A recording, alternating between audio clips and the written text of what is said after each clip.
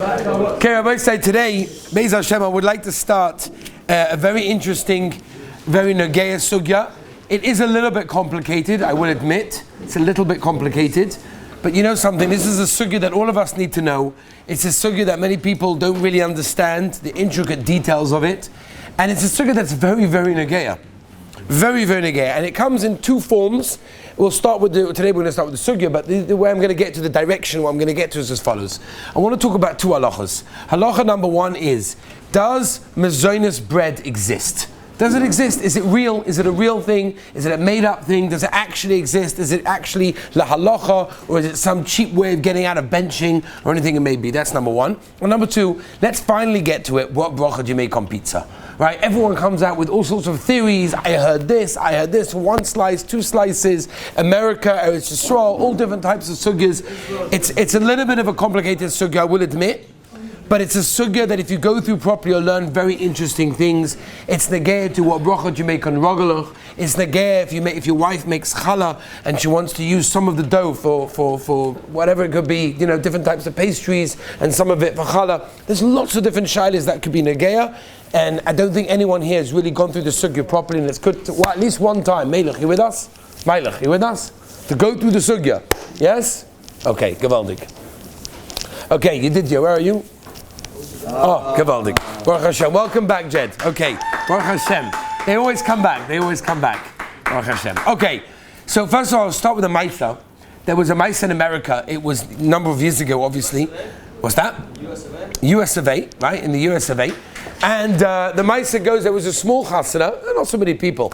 And there was a difficult situation because they couldn't get everyone to wash. There was like one sink, and like the men's section was around the other side. It was difficult. So they basically came up with a psak, and they announced it on the microphone, Rabbi Sai, the bread is Mezonos. And because of the bread is Mezonos, then no one has to go wash. Much easier, as much as you think. Now, they made a bit of a mistake and a miscalculation because the Gadol Hador was sitting at the chasna. Heilige Rav Moshe Feinstein was sitting at the chasna when they made this announcement. And he tutted his head. He's like, bissel schwer to say when a person is kaveh suda at a chasna, eating gechala with the regular suda, that it's considered to be a mezonos. It can't be. That's a bit schwach. That's what Rav Moshe said. So somebody heard Rav Moshe, so they got up on the mic and they said, Rav Moshe paskind, that it's actually hamoitzi. So Moshe said, why'd you say that? If they didn't know the halacha, what are you messing around for? So they got up on the microphone and said, okay, forget about it. Right? So it was a bit of a mess.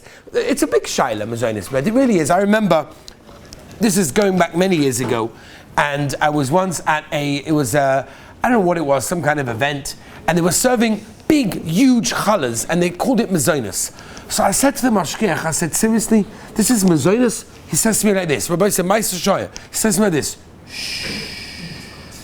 That's what he said. Okay. So now you know if you can eat the rest of the Suda. Is there such a thing as Mezonos bread? Does it really exist? How much bread do you have to eat in order to wash? Pretzels. How many pretzels do you have to eat in order to wash and bench? Pretzels. No. Sometimes people don't want to wash. You know what they do? They take a packet of crackers, and they have crackers and tuna, whatever it may be. They don't even chap. They have to wash, they have to bench like everybody else. There's no difference. Okay, there's a lot of shilas that come in that people do not chap. In the morning they don't want to wash, so they take some bread, they take some danishes, and they eat that with a coffee. Who said you don't have to wash and bench for that? Right, you understand? There's a lot of different shilas that we have to get to. As I said, it's a little bit complicated, but it's kedai at least one time in your life to go through the sugya and understand where it comes from and what it's all about. So let's start with an introduction like this. The olam knows what dogon is, right? Let's start with the basics. Dogon, what's dogon? Grain. Which grain generally is it referring to? Generally wheat. Okay, gewaldig. What bracha do we make on wheat? We had it by the Shemitah farm. Beautiful, very good. That's right.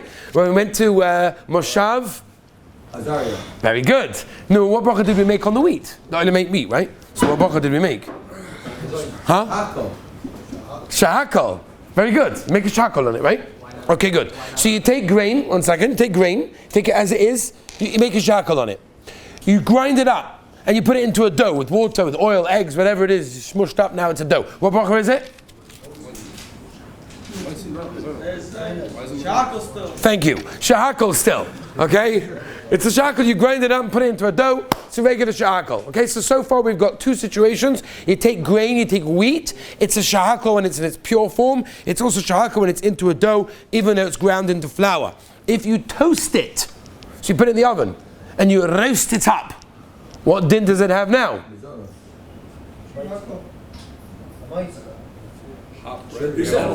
Anybody? It's like a bracha song that goes through all the brachas.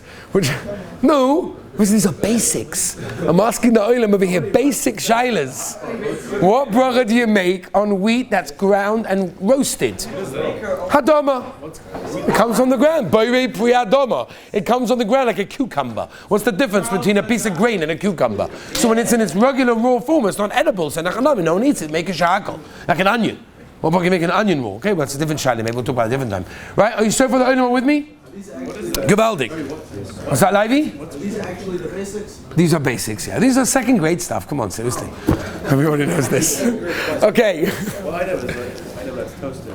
Is you take grain. What is this? What is this? Wheat, a piece of wheat, and roast it. I know. Is it a cookie? Is this No, it's a piece of grain that's roasted. Okay, so nobody eats this thing. That's very good, but it's a hadoma. It's a boirei pri hadoma. Basics. Morty, you with me? Poshet, basic stuff. Okay. So we've got a piece of grain, that's a shahakal.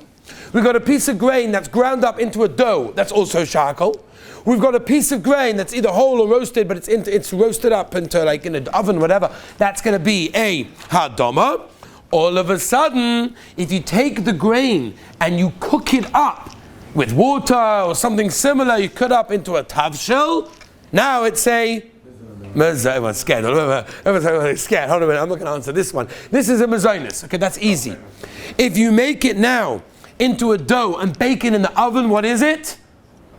Hamaitzi. Boom. Okay. We've taken the yesod of a grain from a shahakal, to a hadoma, to a mezonos, to a hamaitzi. The highest form is obviously going to be a hamaitzi.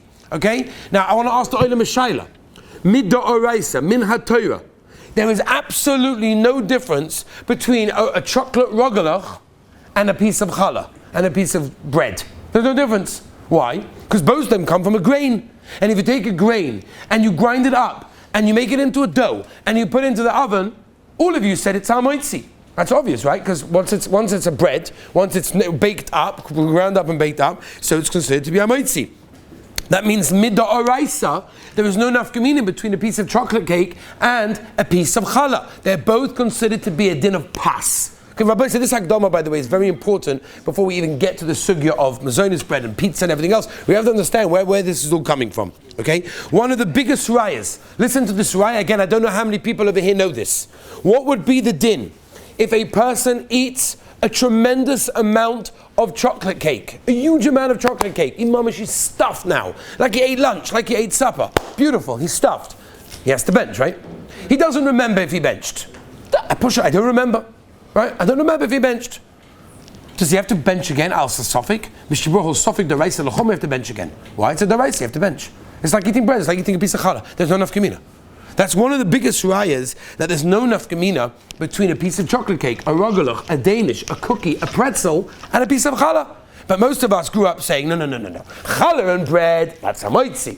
The other stuff, that's mezonos. It's both pas. They're both of a din of pas. I'll bring you another raya. Let's say, for example, in yeshiva or in your home, you only have one challah, one roll. So I need lecha mishnah. I want to have lecha mishnah Friday night, Shabbos day, Shalashidus. I want to have lecha mishnah, but I only have one roll. You know what? I have a Danish in the fridge or the freezer or in my room, whatever it may be. Can I use a Danish? Can I use a cake? Can I use something similar to that as a lecha mishnah? The answer is yeah. Why? Because it's lechem. It's got a din of pas. But people don't use that. That doesn't make a difference. It's got a din of pas. Could be you have to eat from it, whatever. I'm not going to go to the details now. Lecha mishnah, how it works. But I can't be allowed to use lecha mishnah because it's got a din of pas. What?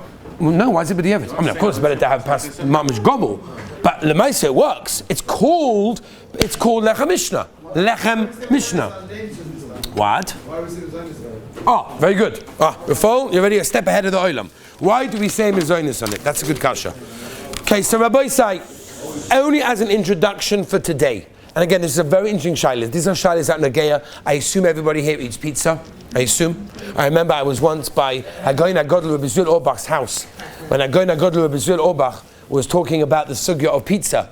And he once told me that he never ate pizza in his life. I mean, how should he ever eat pizza? He grew up in Rabbi Yashiv's house. He grew up in Shlomo Zalman's house. How should he eat pizza? Nobody ever served Rabbi Zul Orbach pizza. He said, never ate pizza before.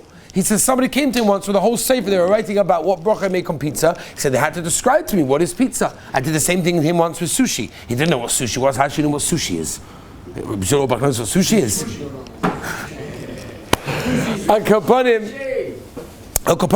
So that's why it's important to know the basics of what we are dealing with before we even get into the shaila. So until now we've discussed what bracha, simple bracha you make on grain, and we had a few surprises that most people apparently didn't know what bracha you make on grain or toasted grain or something similar to that. Let's move on as Akdama today, and we'll end with this, and tomorrow we'll continue to go into the details. It goes like this. There's a Gemara in Brachas Daf Mem Beis. Okay, the Gemara in Brachas Daf Mem Beis tells us as follows.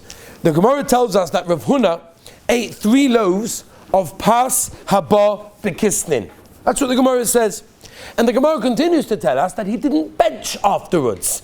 He ate 3 loaves of pas haba bekisnin, but he didn't bench. So the Gemara said to him, I don't understand, were you not full? Of course you were full. If you were full, what's going on? Why didn't you bench? So there are 2 sugyas that we have to deal with. Number 1 is what is considered to be pas haba bekisnin that apparently doesn't require hamoitzi and benching.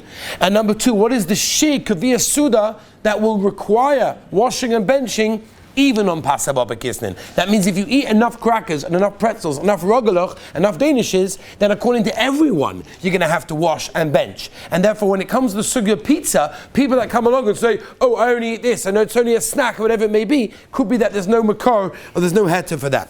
So let's just start with Akdama today. There are 3 Rishonim Be'ika that discuss the sugya of pas haba bekisnin. Like I told you, the sugya is a little bit complicated. I had a suffix if we should do it because it's like a little bit complicated. But I think it's a sugya that we have to do. It's a sugya you have to know. This is a sugya that you have to go through at some point to understand what you're doing.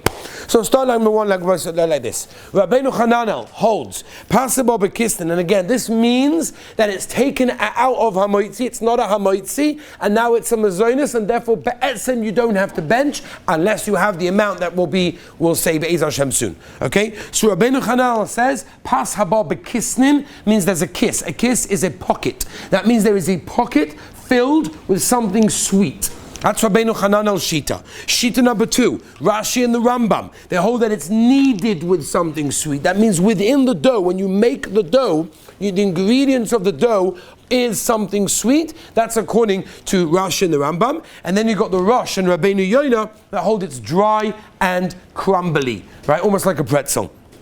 Now, Lemaisa, what is the tzad hashava with all the shitas harishonim? Why do they hold that either it's filled with something sweet, or it's kneaded with something sweet, or it's dry and crumbly, that it no longer gets a din, hamoitzi, and now becomes a mezonos? What's the tzad hashava? Anybody? Hello? What's that? I mean, no one's kaveh suda on it, you're saying. Oh, says Shmuel Gavaldik. No one's kaveh suda on something that's filled with something sweet, or kneaded with something sweet, or dry and crumbly. People are not generally kaveh suda on a pretzel, or a cracker, or a rogalach. It's not the same things that people eat in large quantities. They eat in small quantities, and therefore that's the reason why, according to all Rishonim, they have different mahalchim, that's the reason why they hold that way. Now there's a shaila already in the Achronim, Gedolei Achronim. Is this a machlokes Rishonim? Do they each argue on each other? Or each one agrees with the other one, but gives another condition to call it mezonos? Daniel, you with me? You here? Menachem? Yeah? Eliezer? Is it a machlokes Rishonim that each one argues on the other one? Or do they agree with each other, but each one gives another tanai? That's the shaila. So the Be'alocha brings a Maimon. Now the Maimon says that all shitas agree with each other, and that's what he wants to tie up. But from the Mishnah Berurah, it's clear to maskim that they all are cholik with each other. And if you look at the Shulchan Aruch paskins like all 3 lekula. What does it mean we paskin like all 3 lekula? To be makel. To be makel in what way? Anybody? If you miss a bracha, if you promise to don't do it, then it's kula. We paskin like all 3 lekula, meaning if you had one tanai without the other tanai, that's considered to be a mezonos. I don't need all 3. We don't paskin like all 3, paskin like each and every one of them. So if you've got a bread that starts off as grain, regular normal wheat, and it's been ground and it's gone into a dough and it's gone into the oven, which be'etzem is a hamoitzi, but it's got one of the three tanoim: A, kneaded with something sweet; B, filled with something sweet; or C, that it happens to be dry and crumbly. The din of such a thing is considered to be a mezonos. Tomorrow, Be'ez Hashem, what I want to do is I want to go through each and every one of them, talk about how it's negayah to crackers and pretzels, to rogalach and berekas, and of course we're going to get obviously to the shaila of pizza and Mezonos bread. Join us tomorrow. Have a wonderful day.